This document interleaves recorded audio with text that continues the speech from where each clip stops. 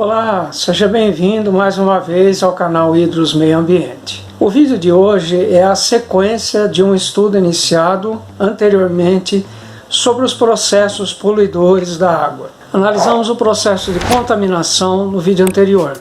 Hoje analisaremos mais 3 processos: o processo de assoreamento, de eutrofização e de acidificação das águas naturais. Acompanhe comigo as informações que complementarão o estudo que realizamos anteriormente. Neste vídeo nós damos sequência ao estudo que iniciamos com os processos poluidores da água, os principais processos. Vimos no vídeo anterior sobre o processo de contaminação e também aspectos do que é o processo de poluição, os processos poluidores em geral, a poluição ambiental, que ela se diferencia do que é contaminação. E hoje veremos o segundo processo, que é o assoreamento.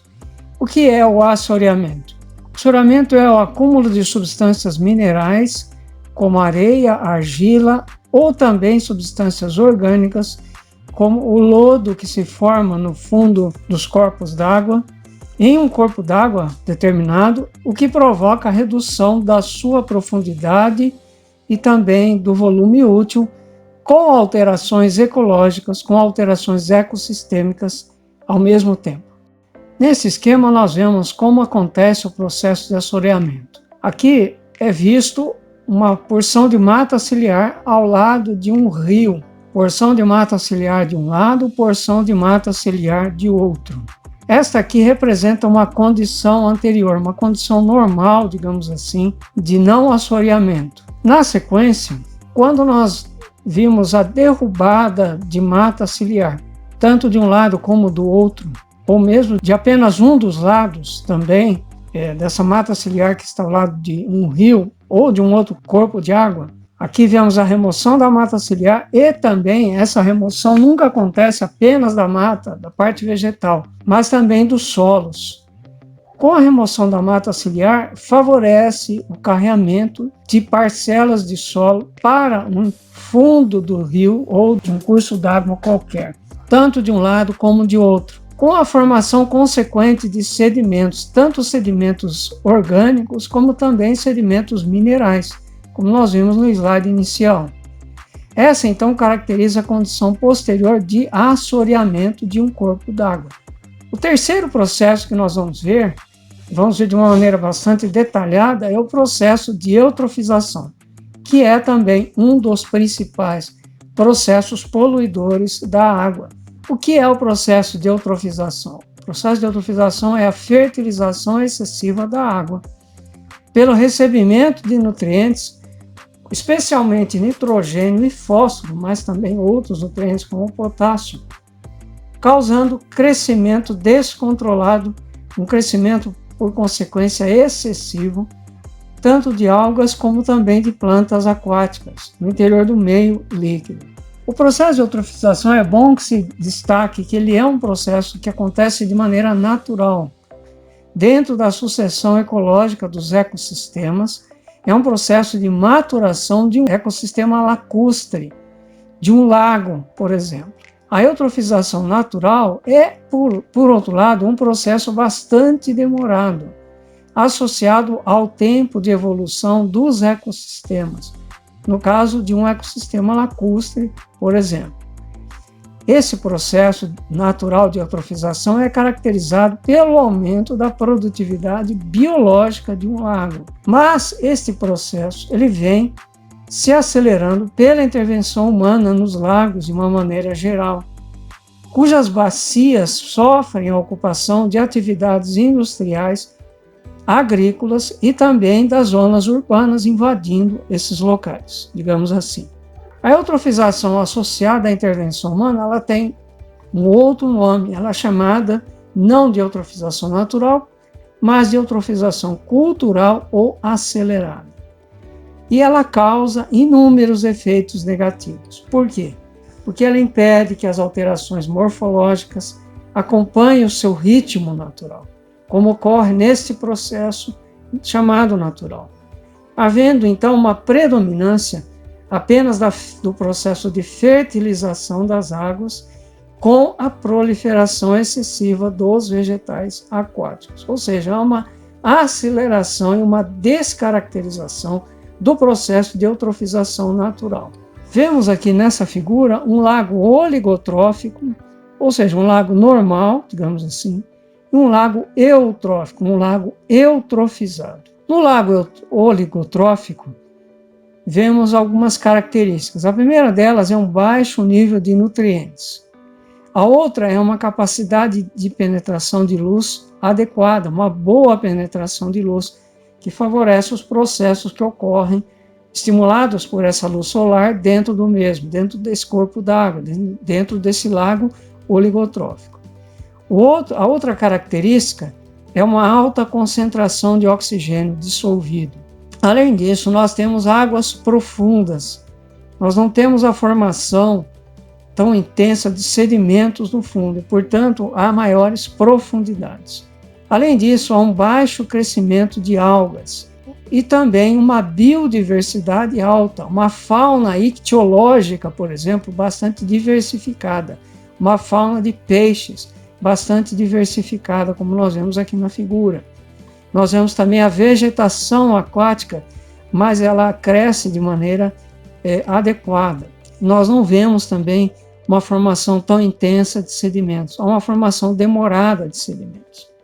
Já no lago eutrófico ou eutrofizado, ao contrário do lago oligotrófico, nós não temos baixos, nós temos altos índices de nutrientes, tanto nitrogênio ou especialmente nitrogênio e fósforo. Com isso, nós temos também pouca penetração de luz e uma baixa concentração de oxigênio dissolvido, o que promove, então, uma competição pelo oxigênio presente no meio aquático entre as espécies animais superiores e também as vegetais, por que não, e os organismos decompositores e os organismos mais simples. Temos também, em vez de águas profundas, águas rasas, com a formação mais acelerada, mais acentuada de sedimentos no fundo. Além disso, temos um alto crescimento de algas, porque nós temos um alto índice de nutrientes, favorecendo o alto crescimento das algas.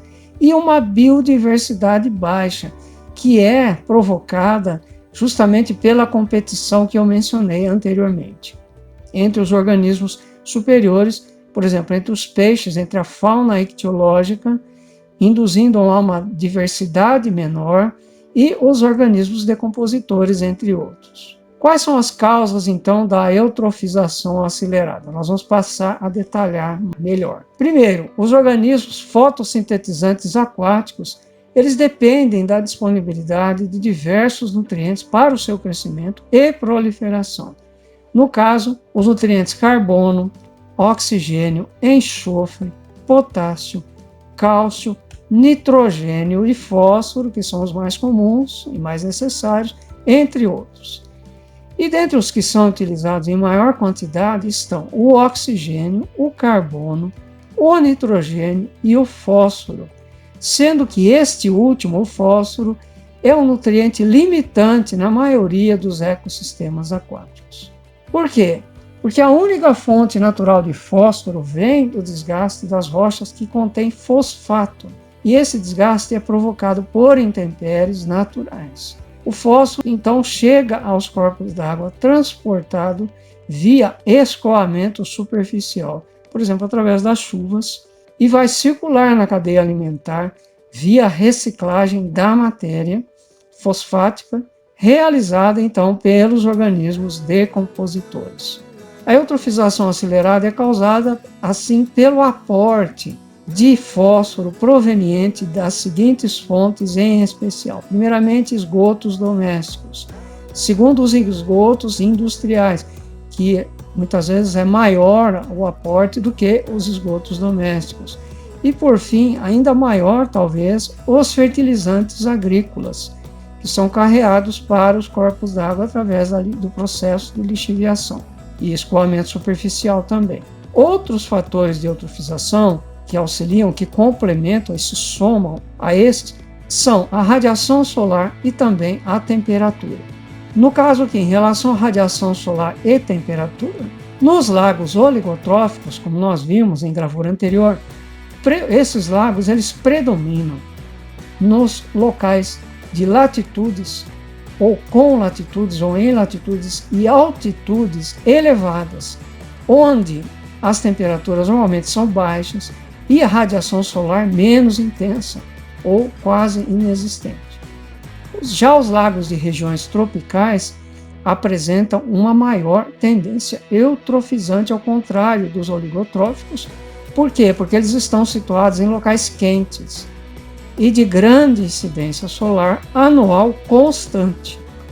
Outros fatores a favorecer a eutrofização são as menores profundidades, o formato dendrítico, ou seja, o formato triangular ou o formato tendendo ao formato de árvore das bacias dos corpos d'água, e também ao maior tempo de residência destes corpos d'água, resultando então em um fluxo de água mais lento que favoreça o crescimento das algas, essa baixa velocidade. Quais são agora as consequências da eutrofização, com o consequente já início de desequilíbrio ecológico nos lagos que sofrem a eutrofização? Os lagos eutrofizados, os lagos eutróficos. O primeiro deles, com excesso de nutrientes, como nós vemos aqui nessa figura, com excesso de nutrientes, existe um aumento da biomassa vegetal. Com o aumento da biomassa vegetal, há uma diminuição do processo de aeração superficial. Na sequência, há uma morte de organismos sensíveis a essa redução da concentração de oxigênio pela diminuição do processo de aeração superficial. Diminui, então, a capacidade de troca entre o ar e a água no corpo aquático. Em seguida, após a morte dos organismos sensíveis à diminuição da concentração de oxigênio dissolvido, há um aumento da demanda bioquímica de oxigênio. E, em seguida, com esse aumento, uma supressão drástica do teor de oxigênio dissolvido, provocando então até a formação de uma condição anaeróbia na zona chamada de hipolímnio de um determinado corpo d'água, com o predomínio posterior de bactérias anaeróbias e bactérias facultativas, ou seja, bactérias que existem tanto em ausência como em presença de oxigênio, ou baixa concentração de oxigênio, ausência de oxigênio também, no fundo dos lagos. Aí também ocorre a formação de uma estreita camada superficial de algas macrófitas, descrevendo de uma maneira mais detalhada esse processo, as consequências da eutrofização. Primeiramente, a camada superior do lago ela passa a ser uma zona produtora de oxigênio, devido à presença das algas que se desenvolvem em maior quantidade. E a sua camada inferior, a camada inferior do lago, ela passa a ser uma zona consumidora de oxigênio, porque há uma maior presença dos organismos decompositores. Na sequência, a quantidade de matéria orgânica a ser decomposta é tão grande que os peixes eles passam a competir, então, como já havia mencionado, com os organismos decompositores pelo oxigênio disponível, pelo oxigênio dissolvido, resultando, nesta competição, a morte dos peixes que exigem, que demandam uma quantidade muito maior do que os organismos decompositores e facultativos, e a sobrevivência das espécies menos exigentes, que precisam de menos oxigênio. Numa terceira etapa, há um agravamento desse processo. E mesmo essas espécies menos exigentes, elas desaparecem, pois haverá oxigênio disponível apenas numa pequena, estreita camada superficial, que por sua vez fica totalmente tomada pelas algas.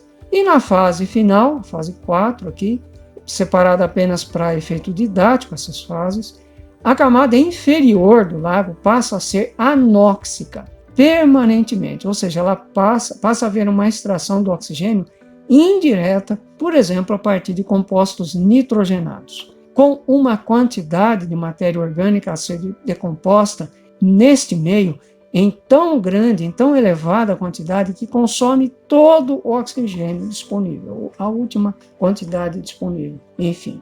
Isso facilita a recirculação do fósforo, pois na ausência de oxigênio em ambiente redutor, ele se associa ao ferro e passa para uma forma solúvel em água, ficando disponível para ser utilizado no processo fotossintético. Já no passo 6, na etapa 6, na presença de oxigênio, ao contrário, ou seja, em ambiente oxidante, o fósforo apresenta-se numa forma insolúvel em água, que também é associada ao ferro, mas diferente, e, portanto, sofre precipitação, ficando depositado no fundo do corpo d'água.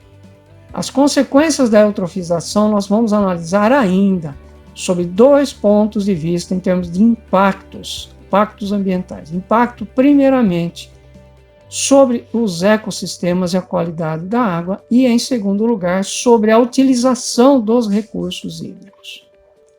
Em primeiro lugar, então, analisando os impactos sobre os ecossistemas e a qualidade da água, nós vemos os seguintes efeitos ou consequências. Primeiramente, a diversidade biológica diminui, pois poucas espécies conseguem sobreviver a estas condições adversas, com baixa concentração de oxigênio, alto nível de nutrientes e por aí em diante. Depois ocorre a alteração das espécies presentes de algas neste meio aquático. Primeiro, havendo nitrato suficiente, se houver, diversas espécies de algas poderão estar presentes. Porém, sem nitrato no meio suficiente, vai ocorrer um crescimento excessivo de algas azuis, de algas cianofílicas. Com baixos teores de OD na água, há uma alteração da composição das espécies de peixes presentes, diminuindo a diversidade dessa fauna ictiológica, como já notamos. Ainda, as concentrações elevadas de compostos orgânicos dissolvidos provocarão sabor e odor desagradável e diminuirão a transparência da água, como nós já mostramos também naquele slide anterior. E gerando, então, precursores, compostos orgânicos dissolvidos, precursores dos chamados trialometanos, que são formados na adição de cloro livre, de cloro na água, por ocasião do processo de tratamento. Aqui também é bom ressaltar que, com o processo de eutrofização e aumento da carga nutricional dentro da água, nós vamos dificultar os processos de tratamento de água, especialmente os processos de floculação e coagulação dentro das estações de tratamento, nas unidades das estações de tratamento, destinadas a esses processos unitários. A decomposição anaeróbia, ainda, que ocorre no fundo do lago, libera metano, CH4, gás sulfídrico, H2S, aquele gás com cheiro de ovo podre, amônia, NH3, que é um gás com cheiro ardente, que arde o nariz, além de fósforo, como já dissemos, ferro e manganês e outros compostos, alterando condições químicas como o pH, por exemplo. O equilíbrio do pH vai ser alterado. Agora, os impactos sobre a utilização dos recursos hídricos vão ser analisados nos próximos slides. Primeiramente, o uso do corpo d'água, como nós já falamos anteriormente, como manancial de abastecimento no processo de tratamento de água, fica prejudicado por quê? Primeiramente, o excesso de algas vai obstruir os filtros das estações de tratamento de água, das ETAs. Segundo, vai dificultar a operação das ETAs por aquilo que já mencionei, o controle de pH e também da floculação. Vai dificultar o processo de coagulação e floculação. Fica prejudicado ainda porque eleva os custos para controle de odor e sabor das águas que estão sendo tratadas. E, em decorrência, torna necessário, muitas vezes até imprescindível, a instalação de filtros de carvão ativado e unidades para remoção do ferro e do manganês. O ferro e o manganês provocam em conjunto alterações organolépticas da água e, inclusive, também escurecimento da água e no contato da água com as canalizações e com roupas, por exemplo, no processo de lavagem de roupas. Após a cloração, pode haver também a formação daquilo que já mencionei, que são os compostos trialometanos, que são muitas vezes cancerígenos, não devem ser ingeridos. Isso aqui por ação da cloração. São compostos secundários cuja formação ocorre através dos processos de cloração.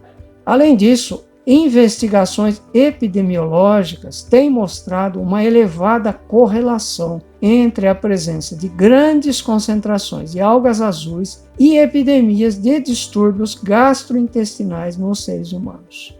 O uso recreacional do corpo d'água fica prejudicado porque vai impedir atividades como natação e até mesmo o acesso de embarcações. O uso do corpo de água para irrigação também vai ficar comprometido porque haverá uma obstrução dos sistemas de bombeamento e o crescimento de macrófitas nos canais que conduzem, por exemplo, a água aos sistemas de tratamento ou aos canais de navegação também. Vai ocorrer ainda a perda do valor comercial das propriedades localizadas nas margens dos corpos d'água pelo processo de eutrofização. Ninguém gostaria de morar perto de um corpo d'água eutrofizado, não é mesmo? Agora nós vamos ver as formas de controle da eutrofização. Nós temos primeiramente medidas preventivas e depois medidas corretivas. Vamos ver primeiro as medidas preventivas. Medidas preventivas consistem no seguinte. Bom, primeiramente elas visam reduzir a carga externa do nutriente limitante. E para as fontes pontuais, essas medidas envolvem a retirada de nutrientes por meio do tratamento terciário do esgoto doméstico. O tratamento terciário consiste justamente no tratamento que visa a remoção, por exemplo, de nitrogênio e de fósforo e também, se necessário, de outros nutrientes específicos. E além disso, vamos promover o tratamento dos efluentes industriais que vão contribuir com esses nutrientes para o meio aquático, a fim de que eles não sejam adicionados ou, se forem adicionados, eles sejam removidos adequadamente, a níveis adequados, inclusive, à legislação ambiental vigente. Para as fontes difusas, nós promoveremos a redução do uso de fertilizantes agrícolas, porque, como nós vimos numa aula anterior, os fertilizantes agrícolas constituem fonte de poluição difusa. E também procurar-se-á promover a recomposição das matas ciliares, que também influenciam no processo de assoreamento, como nós vimos nesta aula. Além disso, um controle da drenagem urbana com as suas fontes de poluição difusa consequentes. E agora nós vamos ver as medidas corretivas.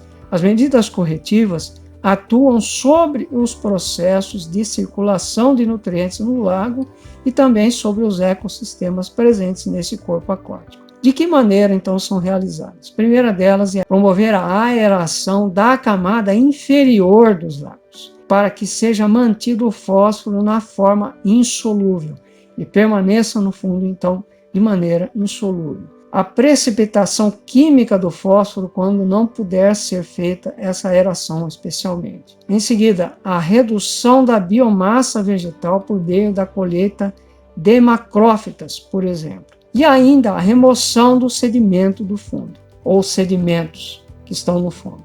Vamos falar agora do quarto e último processo, que é o processo de acidificação das águas como um dos processos poluidores das mesmas.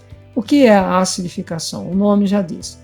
A acidificação é um processo de abaixamento do pH, de diminuição do pH. Lembrando, é claro que a escala de pH é de 0 a 7 e de 7 a 14. De 0 a 7 ou de 0 a 6,9 nós temos o pH ácido, o pH 7, o pH neutro. pH 7,1 ao pH 14 nós temos o pH alcalino ou básico. Aqui nós temos o abaixamento do pH, portanto, o pH menor do que 7. Como decorrência do quê? De um outro processo, ou de outros processos chamados de chuvas ácidas, que são as chuvas com alta concentração de íons hidrogênio e também pela presença de óxidos de enxofre, designados aqui na sua forma genérica SOX, e de óxidos de nitrogênio, na sua forma genérica também NOx, e também do CO2, ou dióxido de carbono, ou gás carbônico. Todos esses contribuem para a degradação das vegetações e também da vida aquática, em especial nos oceanos. Nós vamos falar aqui mais especificamente direcionados aos oceanos, mas não somente. O processo de acidificação, então, ocorre pela queima de combustíveis fósseis, quando nós temos a liberação de CO2, dos óxidos de enxofre, dos óxidos de nitrogênio na atmosfera, entre outros compostos gasosos. E nos oceanos, os oceanos têm normalmente um pH em torno de 8,2. Quando há incorporação, por exemplo, do CO2 e a sua reação com a água dos oceanos, formando um ácido fraco, que é o ácido carbônico, nós temos inclusive uma mudança da cor da água dos oceanos e uma diminuição do pH para um pH em torno de 7,8 nos oceanos. Essa diminuição e essa com uma variação aparentemente pequena do pH de 8,2 para 7,8, ou seja, uma variação de apenas 0,4, vai trazer desequilíbrio para a vida marinha. Esse processo está fazendo com que haja um clareamento, um branqueamento dos corais. E é dentro dessa vida marinha, em especial, aquela dependente da incorporação de carbonato de cálcio para a construção, para a formação dos seus corpos, o que poderá e está sendo, na verdade, fatal para estas espécies. Precisamos lembrar e frisar também que uma variação de pH pequena, que parece a nós pequena, ela não é tão pequena assim, porque a escala de pH ela é logarítmica. Então, uma pequena variação representa, às vezes, uma variação de 10 vezes em relação à concentração de hidrogênio presente naquele meio, por exemplo, nos meios oceânicos, nos mares e nos oceanos. Portanto, essas variações pequenas, aparentemente pequenas, elas são fatais para os ecossistemas marinhos e oceânicos, entre outros.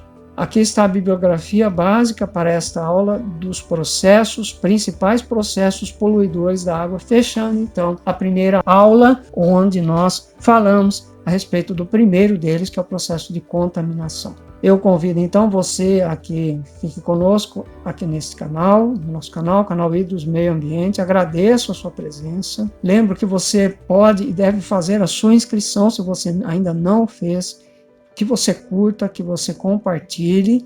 Eu agradeço a sua presença mais uma vez e até o próximo vídeo.